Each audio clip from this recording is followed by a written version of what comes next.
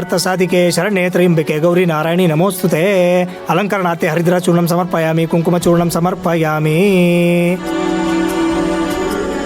ತಗೊಳಮ್ಮ, ಒಂದೊಂದು ಪುಷ್ಪ ಆ ತಾಯಿಗೆ ಅರ್ಪಿಸ್ತಾ ಹೋಗು.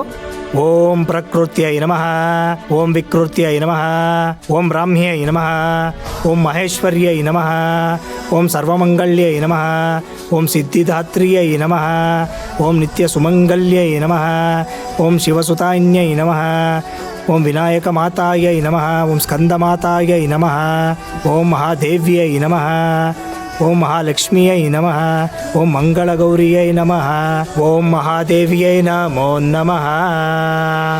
ಇದು ಶಾಸ್ತ್ರನಪ್ಪ. ಮೊದಲು ವಿದ್ಯಾಭ್ಯಾಸ, ಆಮೇಲೆ ಗೃಹಸ್ಥಾಶ್ರಮನ ಪಾಲಿಸಲೇಬೇಕು. ಜೊತೆಗೆ ಕುಟುಂಬನೂ ಮುಂದುವರಿಬೇಕು. ಅದಕ್ಕೆ ಕಾಶಿ ಯಾತ್ರೆಗೆ ಬರ ಹೊರಟರು ಕನ್ಯಾಪಿತೃಗಳು ಅವ್ರನ್ನ ತಡಿತಾರೆ. ತನ್ನ ಮಗಳನ್ನ ಅವನು ಕೊಟ್ಟು ಮದುವೆ ಮಾಡಿಸ್ತಾರೆ. ಅದು ಸಂಪ್ರದಾಯ.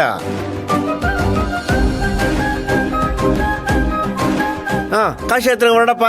ಅರ್ಚಕ್ರೆ, ನಂಗೊಂದು ಡೌಟು. ಏನು? ನಾನು ಹೋದಾಗ ನನ್ನ ಯಾರು ತಡಿದೇ ಇದ್ರೆ?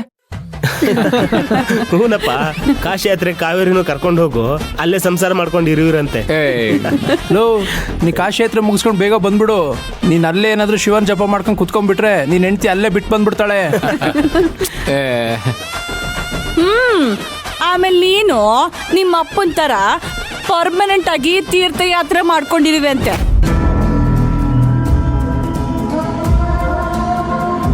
ಲೇ ಭಾಗೀರಥಿ, ಏನು ಮಾತಾಡ್ತಿದೀಯೇ?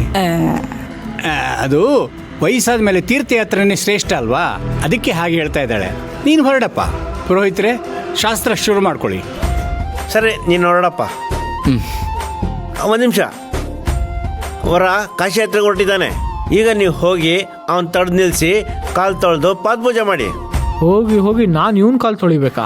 ನನಗೆಂತ ಗ್ರಾಚಾರ ಇದು, ಕರ್ಮ ಕಾಂಡ. ಏನಪ್ಪ ಯೋಚನೆ ಮಾಡ್ತಿದ್ಯಾ? ಬೇಗ ಹೋಗು.